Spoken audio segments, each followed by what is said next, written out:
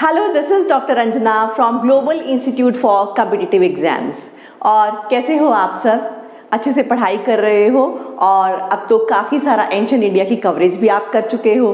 तो रिवीजन्स के साथ साथ आई होप आप अच्छे से अपनी तैयारी कंटिन्यू कर रहे हैं। तो आज के इस वीडियो लेक्चर में हम बात करने वाले हैं रिगार्डिंग गुप्ता एम्पायर बेटा। सो स्टार्ट करते हैं आज का video. The Gupta Empire was an ancient Indian empire which existed from early 4th century Common Era to late 6th century Common Era. So 4th से 6th century, ये 2 centuries का time period जो है वो गुप्ता एम्पायर का time period है। Most valuable time, जिसको कि हम आगे चल के डिस्कस भी करेंगे, golden age of ancient India भी बोलते हैं। At its zenith from approximately 319 to 467 CE, it covered much of the Indian subcontinent, in fact. The period is considered as the golden age by historians. The ruling dynasties of the empire was founded by the king Shri Gupta in 240 to 80 CE. So जो founder हैं आपके, जिनके साथ हम Gupta empire को मानते हैं कि उनकी स्टार्टिंग हुई थी, दैट इज श्री गुप्ता, और 240 से 280 जो है एडी इनका टाइम पीरियड है बेटा। और उसके बाद जो है he was succeeded by his son, next king was Ghatotkacha, who ruled from 280 to 319 AD. In the Allahabad pillar inscription, Shri Gupta and his successor Ghatotkacha are described as महाराजा। तो इन दोनों ने जो है वो महाराजा का टाइटल लिया था, और जिसका मतलब क्या है, ग्रेट किंग। और उसके बाद फिर जो सबसे कह लो कि powerful ruler, first powerful ruler of Gupta empire, वो है हमारे चंद्रगुप्त वन। 320 से 335 एडी टाइम पीरियड है। He was the son of Ghatotkacha. Chandragupta I is considered to be the founder of Gupta era, which started with his accession in 319 to 320 AD. तो एक और इरा अब आपके लिए आ गया है, दैट इज गुप्ता इरा। और याद रखिएगा, this is with Chandragupta one, ठीक है, क्योंकि चंद्रगुप्त हमारे पास 3 हैं जो बहुत प्रोमिनेंट हैं। चंद्रगुप्त मौर्य जो हम ऑलरेडी कर चुके हैं, और 2 हमारे गुप्त एम्पायर से ही हैं, चंद्रगुप्त 1 एंड चंद्रगुप्त 2। तो यहाँ पे आपको गुप्ता इरा याद रखना है विद चंद्रगुप्त 1 320 एडी। और क्यों? क्योंकि इस टाइम पीरियड में इन्होंने जो अपनी राजगद्दी है वो ली थी। He married Kumara Devi, a princess of the Lichavi clan, and this added to the power and prestige of Gupta family. जैसे कि हम देख ही रहे हैं बेटा, एंशिएंट इंडिया के अंदर जो किंग्स हैं वो 2 तरह से अपने एरिया को एक्सपैंड करते हैं। First is with matrimonial alliances and second is with the conquest. और ये सब हमने सबसे पहले हमारे जो बोल लीजिए कि king of a first dynasty, that is Haryankas है ना, बिंबिसारा, वहाँ से ही हम ये देखते आ रहे हैं। और जो भी प्रोमिनेंट हमारे पास मैट्रिमोनियल अलायंसेस हिस्ट्री की हुई हैं, उसकी आप अलग से एक छोटी सी लिस्ट बना लीजिए, ठीक। तो यहाँ पे कौन सा है किंगडम बेटा, लिचवीज हैं, और कुमारा देवी जो है इनके साथ उन्होंने मैरिज की, और इनकी प्रेस्टीज उनसे बहुत ज़्यादा बढ़ी, और पॉलिटिकली भी जो है फ़ायदा हुआ। Like with the dowry and political alliance from the marriage, Chandragupta assimilated the kingdoms of Magadha, Prayaga and Saketa. Then he extended his kingdom through conquest also. His territories extended from Ganga river to even Prayag by 321 AD. उसके बाद तो बहुत सारी conquest अब आने वाली हैं Chandragupta one की। And during this time he issued coins in the joint name of his queen and himself. तो at the time of his marriage ये coin जो है वो स्टक किया गया था, जिसमें कि हमें king और queen जो है वो दोनों का जो image है यहाँ पे नजर आता है। And then he assumed the title of महाराजा अधिराज। इससे पहले थे महाराजा, और चंद्रगुप्त वन के साथ जो है टाइटल आया Maharaja Adhiraj, means great king of kings. He was successful in building a small principality into a great kingdom. अब एरिया एक्सपेंशन जो है वो स्टार्ट हो जाएगी, and his empire consisted of Uttar Pradesh, Bengal and parts of modern Bihar with Patliputra as his capital. He is considered the first great king of Gupta Empire. ठीक है, तो ये चीजें हमने याद रखनी है। नेक्स्ट किंग है बेटा Samudragupta. Samudragupta succeeded his father Chandragupta one in 335 AD and ruled for about 45 years. अब समुद्रगुप्ता भी बहुत ही पावरफुल रूलर है, even greater than Chandragupta one. The Allahabad pillar inscription, that is Prayag Prashasti भी हम बोलते हैं, gives a detailed account of his achievements. तो इस पे उनकी अचीवमेंट्स को बहुत डिटेल में जो है वो लिखा गया है। And he followed the policy of war and conquest, and this long inscription was composed by his court poet Hari Sena in chaste Sanskrit. Very very important statement. इसको लेके बहुत बार क्वेश्चंस ऑलरेडी आ चुके हैं और एज यूजुअल हम इस chapter के खत्म होने के बाद एमसीक्यूज भी हैंडल करेंगे। तो ये इन्फॉर्मेशन को ध्यान रखिएगा कि ये कंपोजिशन जो है वो किसने कंपोज की थी, हरि सेना ने, इन संस्कृत लैंग्वेज, जहाँ पे कि समुद्रगुप्ता की सारी कंकेस्ट जो है वो डिटेल में डिस्क्राइब की गई हैं।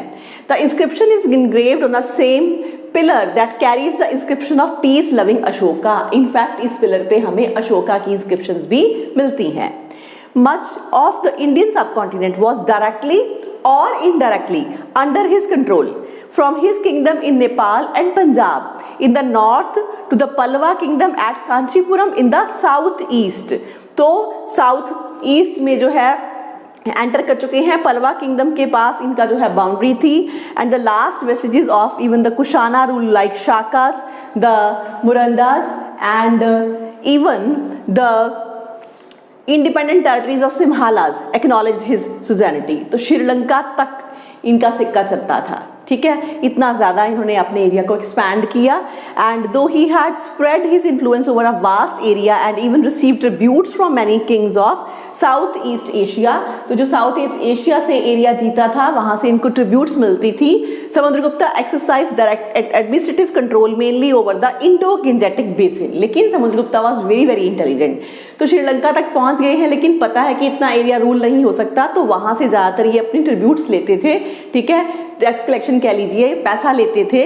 लेकिन मेन जो एडमिनिस्ट्रेटिव एरिया रखा वो इन्होंने, the main part is there Indo Gangetic part, उसी पार्ट को जो है वहां पे फोकस किया, इंडो गंजेटिक बेसिन के अंदर ही जो है वो डायरेक्ट रूल किया, और बाकी सारा एरिया जो था वो इनडायरेक्टली इनके अंडर था।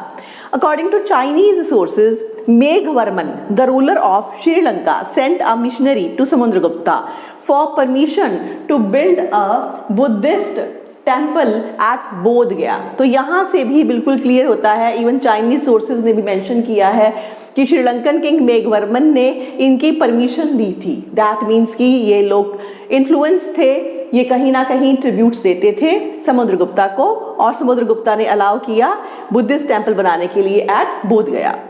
After conquering the territories of Samudragupta celebrated by performing the Ashvamedha. तो अश्वमेधा यज्ञ को जो है अब गुप्ता टाइम पीरियड में भी कंटिन्यू किया गया। ये डिस्कशन हम कर चुके हैं। हॉर्स सैक्रिफाइस या अश्वमेध यज्ञ जो होता था, इसका पर्पस क्या होता था, ये चेक करने के लिए कि कितनी टेरिटरीज जो है वो हमारे अंडर हैं, और इससे पूरी दुनिया को भी क्लियर हो जाता था कि ये जो किंग है इसकी पावर कितनी है, right. So he issued coins with the legend restorer of Ashwamedha। तो एक भी स्टेटमेंट आ जाए कि कौन से किंग ने ऐसे कॉइन्स इशू किए थे as a restorer of Ashvamedha यज्ञ, तो स्ट्रेट वे आप याद रखिएगा, this is Samudragupta. And it is because of his military achievements that Samudragupta was hailed as Indian Napoleon। ये क्वेश्चन बहुत सारे एग्जाम्स में डिफरेंट लेवल्स में आपको मिलेगा कि कौन सा एंशिएंट इंडिया में ऐसा डायनेस्टी का किंग है जिसको कि हम इंडियन नेपोलियन के इक्वलेंट रख सकते हैं। हिस्टोरियंस ने इनको ये पदवी दी है, दैट इज समुद्रगुप्ता, बिकॉज इनकी कंक्वेस्ट जो थी वो बहुत ही ज़्यादा बड़े एरिया के ऊपर थी, right. And he is known by the title कवि राजा। एट द सेम टाइम कवि राजा का टाइटल भी इनके पास है, किंग अमंग द पोएट्स है, because of his ability of in composing versus. तो ये कंपोजिशंस भी करते थे। इसके अलावा हमें एक इनका इमेज भी मिला है डिपिक्टिंग हिम विद वीणा, जहाँ पे ये वीणा प्ले कर रहे हैं, is found in the coins issued by him. That means कि म्यूजिक को जो है वो भी ये पसंद करते थे और खुद भी परफॉर्म करते थे। He is also credited with promoting Sanskrit literature. याद रखिएगा लैंग्वेज कौन सी प्रमोट की गई है, Sanskrit, and learning characteristics of his dynasty. He was an ardent follower of Vaishnavism but was tolerant of other religions. तो मेन जो इनका बोल लीजिए कि कौन से धर्म को ये फॉलो करते थे, दैट इज हिंदुइज्म, उसमें भी वैश्वनिज्म, लेकिन सेकुलर रूलर है और बाकी जितने भी धर्म हैं उनको भी फैलाने के लिए उनको भी ये सपोर्ट करेंगे, and specially that of Buddhism. Next, he showed a keen interest in Buddhism and was the patron of the great Buddhist scholar. और इनके पास एक जो है इनके राज में इनकी सभा में बुद्धिस्ट स्कॉलर थे, that is Vasubandhu. And legends on his coin include epithets such as Aparthiratha, that is invincible, then Vyaghara Prakarma, that is brave as tiger, and Prakarmara, that is brave. तो ये सारे coins के ऐसे words लिखे गए हैं इनके लिए कि इनको कभी जीता नहीं जा सकता, ये ऐसे brave थे जैसे कि टाइगर है. तो ये सारे रेफरेंसेस भी आप समुद्रगुप्ता के रेफरेंस से थोड़ा ध्यान दीजिएगा. सो this is all about Samudragupta. और अब बढ़ते हैं नेक्स्ट किंग की तरफ, दैट इज चंद्रगुप्ता टू. और चंद्रगुप्ता टू का जो है वो टाइम पीरियड है दैट इज 376 से लेके 413 AD. Now Samudragupta was succeeded by his son Chandragupta two, but according to some scholars the immediate successor was Ramagupta. यहाँ पे थोड़ा हिस्ट्री में अनसर्टनिटी है कि समुद्रगुप्ता के बाद कौन किंग थे. तो कई जगह पे कहा जाता है कि it was not Chandragupta two, rather it was Ramagupta, the elder brother of Chandragupta two, जो बड़े बेटे थे समुद्रगुप्ता के इन दैट वे. बट इसके बारे में क्लैरिटी नहीं है and there is a little historian proof for this, right. During Chandragupta two's reign the Gupta dynasty reached at its peak. तो समुद्रगुप्ता ने भी मैक्सिमम एरिया ऐड कर दिया था, अब उसके आगे कुछ और एरिया चंद्रगुप्ता टू भी ऐड करेंगे जिसके वजह से गुप्ता एम्पायर जो है विल बी मतलब would have been its at its best. तो वो अपने पीक पे था. एंड इन्होंने टेरिटरीज एक्सपैंड की वैसे ही through conquest as well as even through marriage alliance. तो मैरिज अलायंस का मेथड जो है वो चंद्रगुप्ता टू ने भी फॉलो किया and he married to Kubera Naga से शादी हुई, a Naga princess, and had a daughter even Prabhavati with her. और इनकी बेटी का नाम था प्रभावती. ये क्यों याद करना जरूरी है? बिकॉज आगे फिर इनका भी रेफरेंस मिलेगा further in another matrimonial alliance. कैसे? He married Prabhavati to Vakataka prince Rudrasena two of Deccan.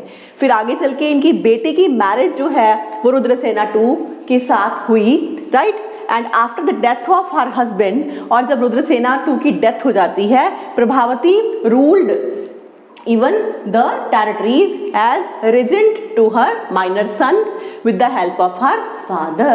तो ऐसे भी indirectly फिर से चंद्रगुप्त टू का जो है वो कह लो कि इन्फ्लुएंस बढ़ गया.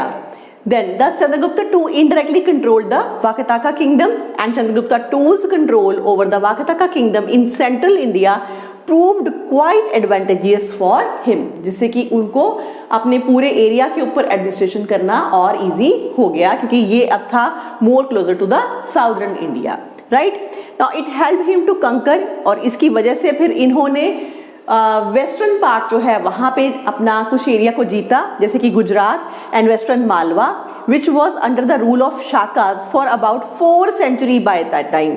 तो शाकाज का इतना पुराना रूल था आपका गुजरात और parts of Malwa, western part of Malwa के ऊपर, तो उनको भी चंद्रगुप्त टू ने जो है हराया और इस एरिया को जो अपने गुप्ता एम्पायर में ऐड किया. Now Guptas reached the western sea coast, which was famous for trade and commerce. अब वेस्टर्न एरिया को जीतना, गुजरात को जीतना मतलब क्या है? सी कोस्ट भी इनके अंडर आ जाएगा, जिससे कि एम्पायर और ज़्यादा स्ट्रॉन्ग होगा, बिकॉज अब ट्रेड जो है वो अच्छे से ये इन्फ्लुएंस कर पाएंगे. And this contributed to the prosperity of Malwa and its main city even Ujjain, which was also Chandragupta II's second capital. और इसी वजह से मालवा जो एरिया है वो ग्रो करता है और उज्जैन जो है स्पेशली वो इनकी सेकेंड कैपिटल हो जाती है गुप्तास की at the time of Chandragupta II. चलिए, तो ये this is a beautiful map. देखिए इसमें आपको तीनों जो आपके स्ट्रॉन्ग किंग है उनका एरिया नजर आ रहा है. जो लाइट ग्रीनिश कलर है this is the empire of Chandragupta I.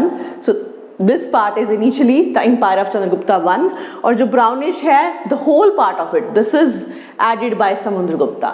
ये सारा एरिया समुद्रगुप्ता ने ऐड किया.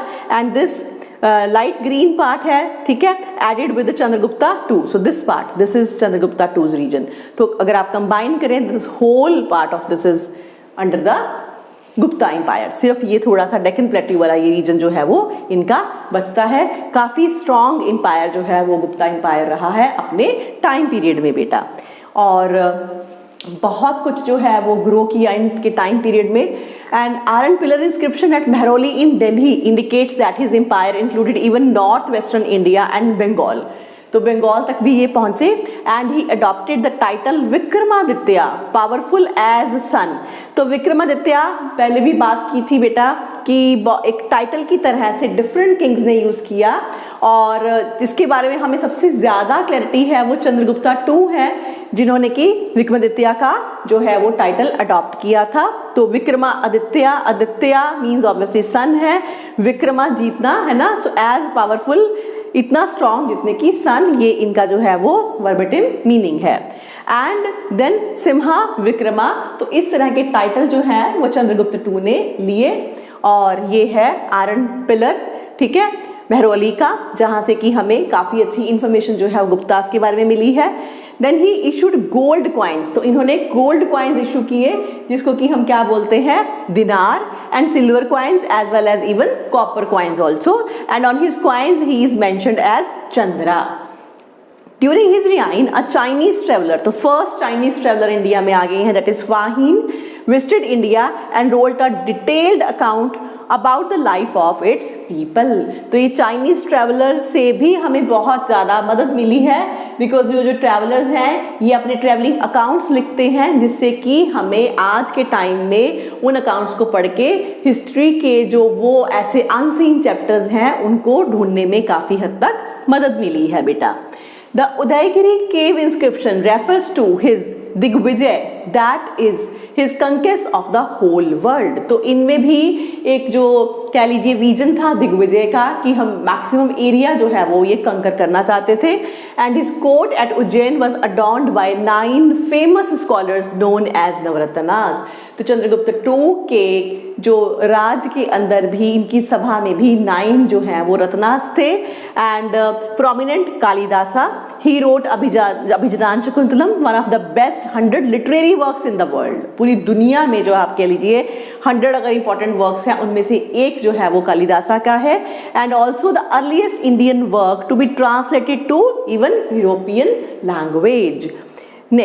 फिर नेक्स्ट जो नवरत्ना में आते हैं that is Amar Simha, and his work is Amarakosha. Very important. ये क्या है? It is a vocabulary of Sanskrit roots, जिसमें कि होमोनियम, साइनोनिम्स वगैरह हैं. And it has 3 parts containing around 10,000 words and is also known as Trikanda. तो is a very prominent book, very important book. And next is Varahamihira. He wrote 3 important books बहुत relevant है बच्चे आपके exams के लिए.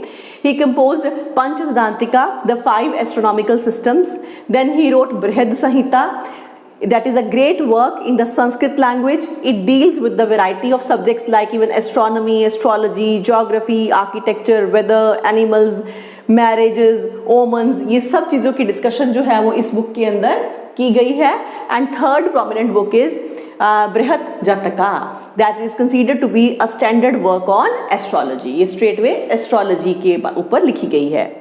Next is Dhanvantari. He is considered to be the father of Ayurveda. Dhanvantari का link किसके साथ है? आयुर्वेदा के साथ. Then Ghatakarpara, that is an expert in the sculpture and architecture. Next was Shanku, an architect who wrote the शिल्प शास्त्र. इन्होंने शिल्प शास्त्र लिखा है. Then Kshapanaka, an astrologer who wrote Jyotisha Shastra. Then Vararuchi, author of Prakrit Prakash, the first grammar of the Prakrit language. तो इस तरह से इंपॉर्टेंट पर्सनालिटीज भी कवर हो रही हैं गुप्तास के अंदर. नेक्स्ट इज वेताल भाटा, दैट इज ऑथर ऑफ मंत्र शास्त्र and was even a magician. तो ये प्रोमिनेंट जो है वो स्कॉलर्स थे इनके टाइम पीरियड में. और इसके बाद जो है फिर नेक्स्ट जो है किंग वो थे कुमारगुप्ता I. इनका टाइम पीरियड है 415 से 455 AD तक. कुमारगुप्ता I was the son and successor of Chandragupta II, adopted the title of that is Shakraditya and Mahendradittya. तो इनके टाइटल थोड़े से अनकॉमन है बट कभी पूछा भी जा सकता है, इसलिए फोकस करिएगा. Performed Ashwamedha sacrifices. Most importantly, he laid the foundation of Nalanda University. Very prominent thing. सबसे important याद रखना है कुमारगुप्ता I से इन्होंने नालंदा यूनिवर्सिटी की फाउंडेशन रखी, which emerged as an institution of international even reputation. At the end of his reign, peace did not prevail on the northwest frontiers due to the invasion of the Huns of Central Asia. तो ये question पूछा जा सकता है कि गुप्तास के time पे जो हुन्स इन्वेजन हुआ था तब किंग कौन था? So that was Kumaragupta one. After occupying Bactria, the Huns crossed the Hindu Kush mountains, occupied Gandhara and then entered India. The first attack during Kumaragupta I's reign was made unsuccessful by Prince Skandagupta. तो पहले लेकिन Hund's जो है वो हारते हैं और उस टाइम पे स्कंदगुप्ता एज अ प्रिंस जो है वो हुनास को रोकते हैं. And the inscription of Kumaragupta first reign is Karandanda Mandsaur Bilsad inscription, जो कि ओल्डेस्ट रिकॉर्ड्स है इनके टाइम पीरियड के, and Damodar copper plate inscription. तो ये सारी इंस्क्रिप्शन जो है वो किसके साथ डील करती हैं? कुमारगुप्ता वन के टाइम पीरियड के साथ. और उसके बाद फिर नेक्स्ट किंग स्कंदगुप्ता 450 से 467 एडी तक adopted the title of, again देखिए विक्रमादित्य, ध्यान रखना है विक्रमादित्य के टाइटल जो है वो कौन कौन से किंग्स ने लिए. ऑप्शन में कभी भी आपको ऐसा नहीं कि चंद्रगुप्त वन और चंद्रगुप्त और स्कंदगुप्त के साथ कंफ्यूज करेंगे, ऐसा कभी भी नहीं होता है. ठीक है. नाउ जूनागढ़ और Girnar inscription of his reign reveals that his governor Parnadatta repaired the Sudarshana lake. तो स्कंदगुप्ता का जिक्र ऑलरेडी बहुत बार हम अपने पुराने लेक्चर्स में कर चुके हैं. जब भी जूनागढ़ या गिरनार इंस्क्रिप्शन की बात आई है कि वॉज द लास्ट पर्सन, इनके रेफरेंस से फिर से जो है वो सुदर्शन लेक की रिपेयर होगी. ठीक. Now, after Skandagupta's death, many of his successors like Purugupta, Kumargupta II, Buddhagupta, Narasimhagupta, then even Kumargupta III and Vishnugupta could not save the Gupta empire from the Huns. तो ये letter Gupta's हैं, लेकिन obviously इतने prominent नहीं हैं इनके बारे में कि हम जो है इंफॉर्मेशन लर्न करें क्वेश्चन पॉइंट ऑफ व्यू से, लेकिन इनका जस्ट रेफरेंस देख लीजिए और ऑब्वियसली अब जो है गुप्ताज वीक हो जाएंगे हुन्स के सामने. And the Gupta Empire now finally ended in 550 AD when it disintegrated into regional kingdoms after a series of weak rulers and invasion from east, west and north. And the fall of Gupta Empire led to the emergence of numerous ruling dynasties. अब इसके बाद फिर से छोटी छोटी dynasties आ जाएंगी. ये हमने अक्सर देखा हिस्ट्री में, जब कभी भी बहुत बड़ा एम्पायर टूटता है उसके बाद छोटी छोटी डायनेस्टीज ही आती हैं और विद सम टाइम गैप दोबारा से फिर कोई बड़ा एम्पायर जो है वो स्टार्ट हो पाता है. यही हमने मौर्यस के साथ देखा and this happen to with the Guptas also बेटा. तो अब यहाँ पे हमारे जो नेक्स्ट लेक्चर्स होंगे उसमें ये सभी बातें करेंगे. अब आएंगे Pushyabhutis of Thanesar, Maukharis of Kannauj, Maitrakas of Vallabhi. तो ये सारी किंगडम्स जो हैं वो after the fall of Gupta empire emerge होंगी. Now in the peninsular India वहाँ पे चालुक्याज आएंगे. Pallavas emerged as a strong power in Deccan and northern Tamil Nadu respectively. Right. अब डिस्कशन करते हैं कुछ बेटा कि why this time period is called golden age. तो और क्या क्या ऐसे काम हुए जिसके लिए इसको गोल्डन एज बोला जाता है. कुछ हम ऑलरेडी कर चुके हैं, किस तरह से हमने डिफरेंट स्कॉलर्स की बात करी है, वो भी एक तरह से जो है कंट्रीब्यूट करते हैं अपने डिफरेंट फील्ड्स में. कुछ और एडिशंस हैं वो अभी यहाँ पे देख लेते हैं. तो this period became known as the golden age of India because it was marked by extensive inventions and discoveries in science, technology, engineering, art, dialectics, literature, logic, mathematics, astronomy, then religion and philosophy. तो all over कितने सारे areas के अंदर जो है वो बहुत सारी developments हुई, बहुत सारी inventions हुई. अगर साइंस, लिटरेचर और आर्ट में हम देखें, now चंद्रगुप्ता's court was even more influential than those that came before or after because it contained नवरत्नास जो हमने डिस्कस किया था and a group of 9 scholars who produced advancements in many academic fields. और इसके अंदर इनफैक्ट हम आर्यभट्टा की भी बात करते हैं who is believed to have envisioned the concept of zero, very very important, as well as working on the approximation for the long form number that is pi. तो पाई की वैल्यू ढूंढा, जीरो की वैल्यू जो है वो आर्यभट्टा के साथ linked है, अक्सर पूछा जाता है एग्जाम में. Aryabhatta is also believed to be the first of the Indian mathematicians as well as astronomer who postulated the theory that earth moves around the sun. अर्थ सन के आसपास घूमती है, ना कि सन अर्थ के आसपास, एंड इज नॉट फ्लैट, और ये फ्लैट भी नहीं है, but instead is round and rotates on its own axis, revolve भी करती है, रोटेट भी करती है। He also may have discovered that the moon and planets shine due to reflected sunlight. So astronomy के अंदर जो है उस टाइम पे इतना इन्वेंटिव माइंड था आर्यभट्टा का। Then Varahamihira was the astronomer also, astrologer, mathematician whose main work is a treatise on mathematical astronomy, ये हम डिस्कस कर चुके हैं।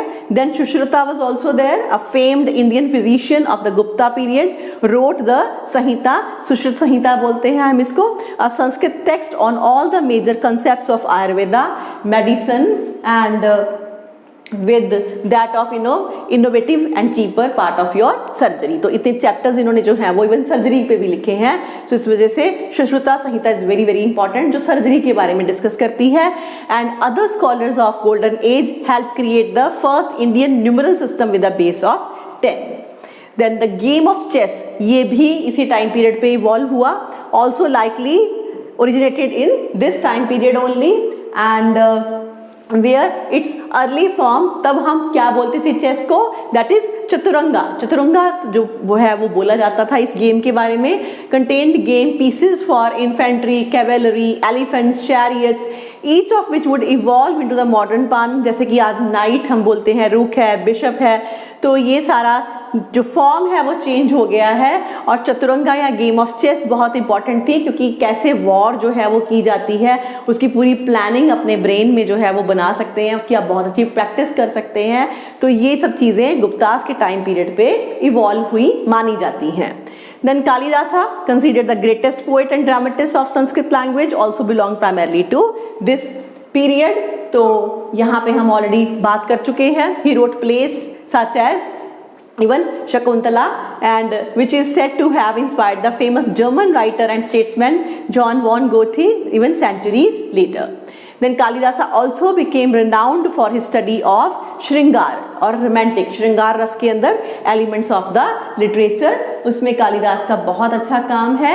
And the Indian scholars and Hindu philosopher like Vatsyayana, इनकी बुक है that is Kamasutra, which became a standard work on human sexual behaviour. Vishnu Sharma, ये सारा literature बेटा एग्जामिनेशन पॉइंट के लिए बहुत ज़रूरी है।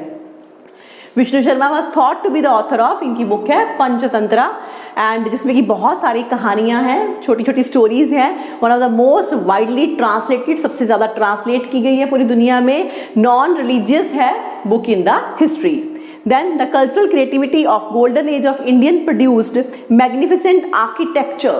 तो लिटरेचर के साथ साथ, साइंस के साथ साथ आर्किटेक्चर के अंदर भी बहुत कुछ हुआ, including palaces and temples as well as the sculptures and paintings of the highest quality. The walls of Buddhist shrines and monasteries were decorated, इनके टाइम पे जो ऑलरेडी बिल्ट अप मोनेस्ट्रीज है उसकी डेकोरेशन हुई विद कलरफुल फ्रेस्कोस, जो आपकी wall paintings हैं, fresco paintings बोलते हैं, a type of wall painting. तो ये सब इस टाइम पे हुई, and these showed scenes from the life of Buddha. Some shrines were cut out of the cliffs and although dark, चाहे डार्क कलर में ही हैं, they were also decorated with the sculptures and paintings, लेकिन वहाँ पे भी आपको स्कल्पचर्स मिलती हैं। So this is one such example, the Dashvatara temple or the Vishnu temple in central India। So this is, it belongs to Gupta Empire। Next, then Fahin was one of the first Chinese traveler to visit India during the reign of Chandragupta II। He started his journey from China in 339 AD। ये भी अक्सर पूछा जाता है बेटा कि कब आए थे, या फिर और ट्रेवलर्स का नाम दे दिया जाता है और आपको उसको अरेंज करना होता है ऑर्डर में, तो थोड़ा आप कब आए थे इसका ध्यान रखिए, क्या टाइम पीरियड है। And reached India in 405 AD। He recorded all of his observations in the journal that was eventually published. During his stay in India until 411 AD, तो 411 तक फाइन यहाँ पे रहे। He went on pilgrimage to Mathura, Kannauj, Kapilavastu, Kushinagar, Vaishali, Pataliputra, Kashi, Rajgriha. तो सारा घूमने के बाद जो भी उनका एक्सपीरियंस है वो उन्होंने नोट डाउन करा। Then few more things in art and architecture। Gupta period is regarded as a classic peak of the North Indian art for all the major religious groups। तो नॉर्थ इंडियन के अगर हम उसमें part में focus करें तो ये peak पे पहुंचा गुप्तास के टाइम पीरियड पे। The period saw the emergence of the iconic carved stone deities in Hindu art as well as Buddha figure, Jain Tirthankara figures and the later often on a very large scale। तो सभी आपके religion जो है point of view से art के अंदर, paintings के अंदर बहुत सारा काम किया गया। And the two great centres of sculpture were Mathura and Gandhara.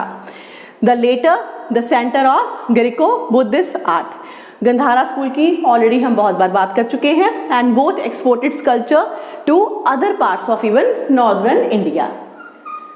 And the most famous remaining monument in a broadly Gupta style वो कहाँ पे है? The caves at Ajanta, Elephanta, Ellora respectively, जहाँ पे कि आपको Buddhist, Hindu as well as Jain इन तीनों जो है रिलीजन्स का रेफरेंस मिलता है। And they were in fact produced under later dynasties but primarily reflect the monumentality and the balance of Gupta style। तो इनिशियल पेंटिंग्स के अंदर आपको गुप्ता स्टाइल की झलक मिलती है। And Ajanta contains by far the most significant survivals of paintings from this period and the surrounding periods, showing a mature form which had probably had a long development mainly in the painting palaces। Then the Hindu Udayagiri caves actually record connections with the dynasty and its ministers, and the Dashwatara temple at Deogarh is a major temple, one of the earliest to survive with the important sculptures।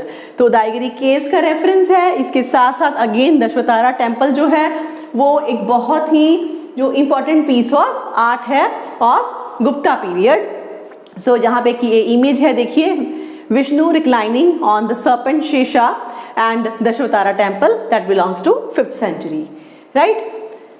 Next थोड़ा सा और काम कर लेते हैं pectoral. जैसे कि ये है आपका बुद्धा फ्रॉम सारनाथ, ये 5th से 6th सेंचुरी एडी का है, again of the Gupta time period around. And ये है आपका बहुत ही prominent, that is Trimurti art जो है आपका एलिफेंटा केव्स के अंदर। नेक्स्ट फिर ये जो आपका एक फिगर है that is a painting of Padmapani cave 1 at Ajanta। So this all belong to Gupta's time period and this is Shiva Mukhlinga, that is faced lingam, जहाँ पे कि वैसे शिवलिंग के ऊपर कभी फेस नहीं होता, इमेज नहीं होता, लेकिन यहाँ पे इमेज भी है, that is from Bhumara temple, right? Next can see this figure, ये क्या है? This is Nalrajagarh fortification wall of Chilpatra forest. तो ये फोर्टिफाइड वॉल भी अभी तक जो है वो सरवाइव कर पाई है। And in Bengal is one of the last surviving fortification remains from the Gupta period and currently it is 5 to 7 meter in height। Then this is Nalanda university, it was first established under Gupta empire, Kumar Gupta 1 के साथ जो है इनका link है। This is Bitargaon temple from Gupta period, provide one of the earliest example of, ये हमें क्या दिखा रहा है? Pointed arcs anywhere in the world। तो ये pointed arcs जो हमें नजर आ रही है यहाँ पे this part, तो ये हमें ये आर्क लाइक स्ट्रक्चर जो है पहली बार एक तरह से गुप्तास के टाइम पीरियड पे हमें मिला है। And this is the picture of Ajanta caves, so that belong to again Gupta era, right? तो ये सारा कुछ जो इस टाइम पीरियड पे हुआ, enough work is being done, so that is why this time period is known as golden age। तो गुप्तास याद करने बहुत इजी है बेटा, क्योंकि कभी भी कहीं पे भी हमें कंसिस्टेंसी मिलती है। एक ही किंगडम होती है जिसके अंदर की हमें टर्न बाय टर्न जो है वो किंग्स मिलते हैं विद मतलब most of the achievements that they have done, लेकिन it is easy to remember. और गुप्तास नो डाउट इम्पॉर्टेंट तो है ही, आर्ट एंड आर्किटेक्चर को ले लीजिए या लिटरेचर को ले लीजिए तो बहुत सारे क्वेश्चंस आ जाते हैं इसको लेके। तो इस वजह से आज के लिए ही इतना हम कवर करेंगे और इसके बाद नेक्स्ट लेक्चर में एज यूजुअल इसके साथ रिलेटेड जितने भी इंपॉर्टेंट MCQs हैं वो मैं लेके आऊँगी, ठीक है? तो मिलते हैं नेक्स्ट वीडियो में। Till then thank you so much.